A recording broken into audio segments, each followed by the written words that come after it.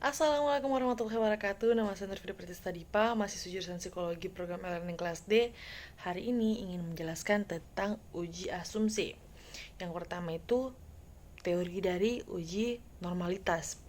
Uji normalitas adalah sebuah uji yang dilakukan dengan tujuan untuk menilai sebaran data pada sebuah kelompok data atau variabel, apakah sebaran data tersebut berdistribusi normal atau tidak.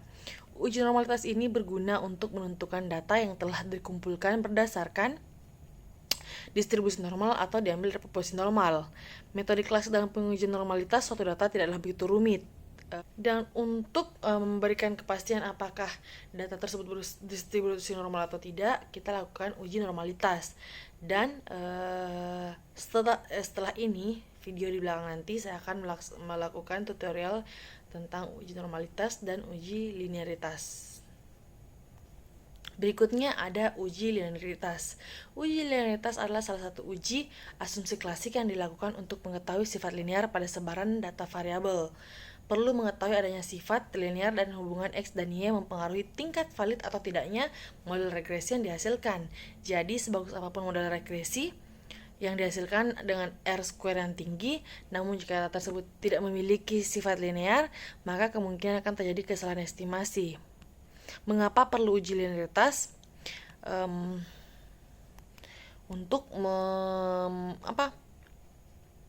Untuk menghasilkan apakah data tersebut itu linear atau tidak linear, seperti itu. Kemudian yang berikutnya itu ada asumsi homogenitas. Uji homogenitas adalah pengujian mengenai sama tidaknya variasi-variasi dua buah distribusi atau lebih. Uji homogenitas yang akan saya bahas ini itu adalah uji homogenitas variansi dan uji Bartlett.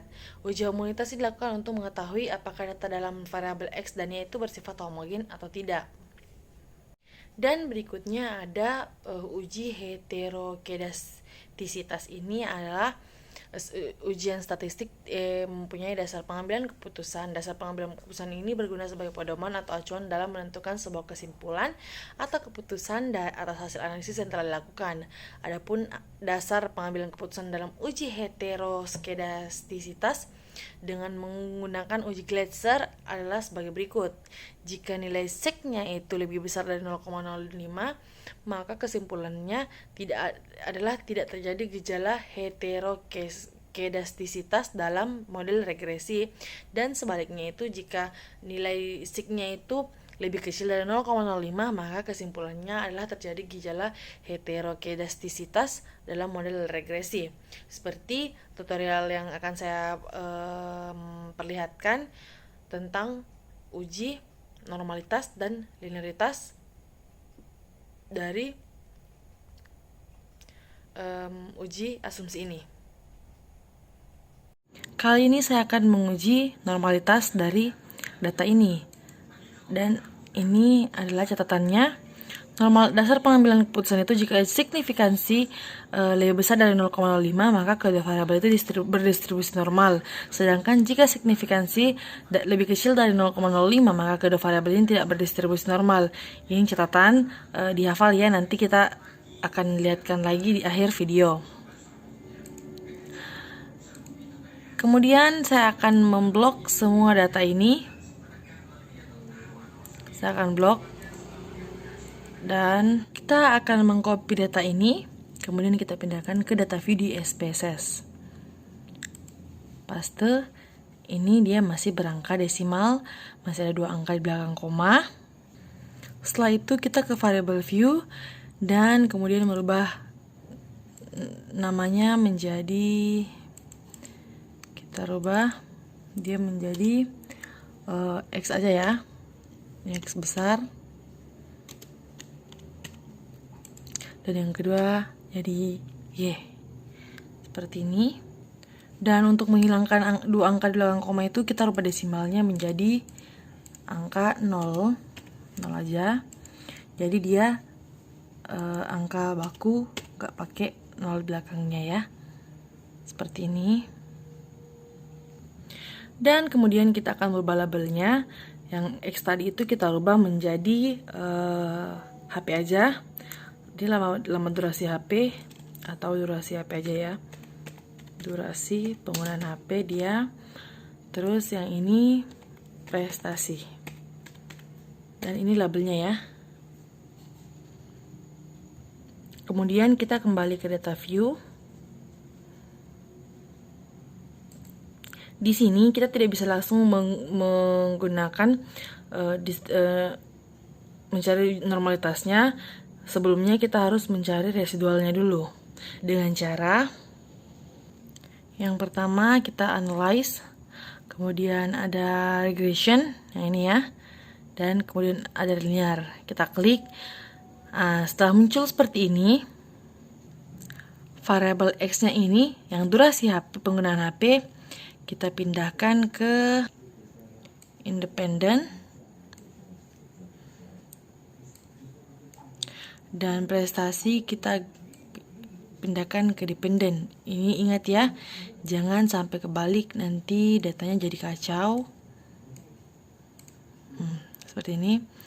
Ingat, jangan sampai kebalik, nanti datanya jadi kacau.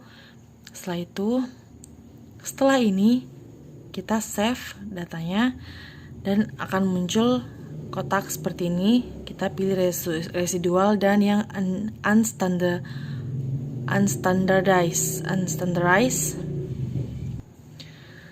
Setelah ini langsung aja kita klik continue dan kita klik OK. Dan akan muncul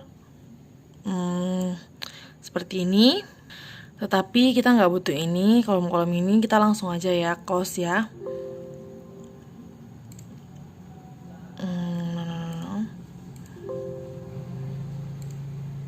Dia akan muncul seperti ini di data view tadi. Nah, setelah muncul kolom seperti ini, kita akan menguji normalitasnya dengan cara klik analyze, kemudian non-parametric test, kemudian kita klik legacy dialogs, kemudian one sample QS ini Kormonov Smirnov, kita klik aja dan akan muncul seperti ini. Nah, setelah muncul tampilan seperti ini, kita memindahkan yang unstandardized ke sebelah kanan. Yang durasi, yang variabel X dan Y-nya tidak usah, tetap di situ saja. Dan jangan lupa yang test distributionnya itu harus dicentang di normal. Kemudian kita klik OK. Maka dia akan muncul seperti ini. Bisa dilihat. Dan inilah hasil uji dari normalitasnya, yaitu one sample Kolmogorov-Smirnov test. Dan dengan cara membacanya yaitu kita kembali ke yang tadi, normalitas dasar pengambilan keputusannya. Jika signifikansi 0,05 maka kedua variabel itu distribusi normal, dan lebih kecil dari 0,05 maka kedua variabel ini tidak berdistribusi normal. Untuk lebih jelasnya hasil tadi kita copy dulu ya. Kita copy ke Word ini biar lebih jelas. Nah ini kita lihat yang menandakan dia berdistribusi normal karena hasil ini. Asim sig dia depannya 0,200. Artinya jika sig-nya 0,05 lebih besar dari 0,5 maka kedua variabel berdistribusi normal. Sedangkan hasil tadi itu 0,200 maka dia berdistribusi normal. Sampai sini untuk uji normalitasnya. Semoga dapat dipahami ya. Nah, untuk uji linearitas ini kita kembali ke data yang tadi ya. Sebelumnya untuk uji linearitas itu dasar pengambilan keputusannya itu jika nilai sig lebih besar dari 0,05 berarti hubungan kedua variabel itu bersifat linear. Ini variabel ya, variabel ini bersifat linear. Sedangkan untuk jika nilai sig-nya lebih kecil dari 0,05 berarti hubungan kedua variabel ini tidak bersifat linear. Dan kembali ke data yang tadi, Ini saya akan copy data yang lama, durasi penggunaan HP dan prestasi belajar. Setelah itu saya akan ke SCWP lagi dan akan saya copy lagi ke data view. Paste, oke, seperti tadi dia muncul desimal 2 angka di belakang koma. Kita ke variable view dan merubah ini menjadi X dan ini menjadi data Y. Kemudian kita angka 0 ya, jadi 20, salah, maaf. Dan labelnya kita rubah lagi tadi, durasi HP, penggunaan HP, dan ini prestasi. Oke, setelah ini kita akan uji linearitasnya dulu. Seperti biasa kita akan analis lagi dan ke compare means, dan kita ambil means.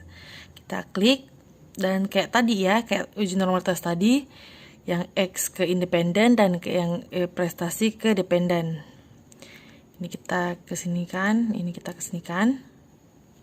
Nah, setelah seperti ini, jangan di OK dulu. Kita klik option dulu.